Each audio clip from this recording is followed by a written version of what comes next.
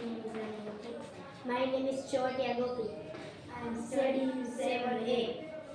આજે અમે સમાંતર બાજુ ચતુષ્કોણનો પ્રોજેક્ટ બનાવેલ છે. સમાંતર બાજુ ચતુષ્કોણને 4 બાજુઓ હોય છે અને સામસામેની બાજુઓ સરખી હોય છે. સમાંતર બાજુ ચતુષ્કોણ એક ચતુર્ભુજ છે. તેમાં કર્ણો એકબીજાને દ્વિભાજી હોય છે.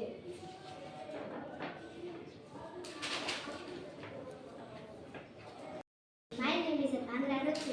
I study in 7A. આજે મેં સમાંતર બાજુ ચતુષ્કોણનો પ્રોજેક્ટ બનાવેલો છે.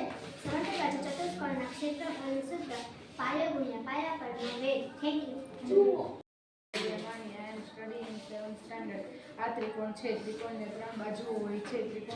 ત્રિકોણના બાજુઓના આધારે 3 પ્રકાર હોય છે. પહેલું સમબાજુ ત્રિકોણ, બીજું દ્વિબાજુ ત્રિકોણ અને ત્રીજું વિષમબાજુ ત્રિકોણ. ત્રિકોણના ખૂણાઓના આધારે 3 પ્રકાર હોય છે. પહેલું લઘુકોણ ત્રિકોણ, બીજું કાટકોણ ત્રિકોણ, ત્રીજું ગુરુકોણ ત્રિકોણ. ત્રિકોણના 3 ખૂણાના માપનો સરવાળો 180 અંશ હોય છે. Thank you. I started in 7th.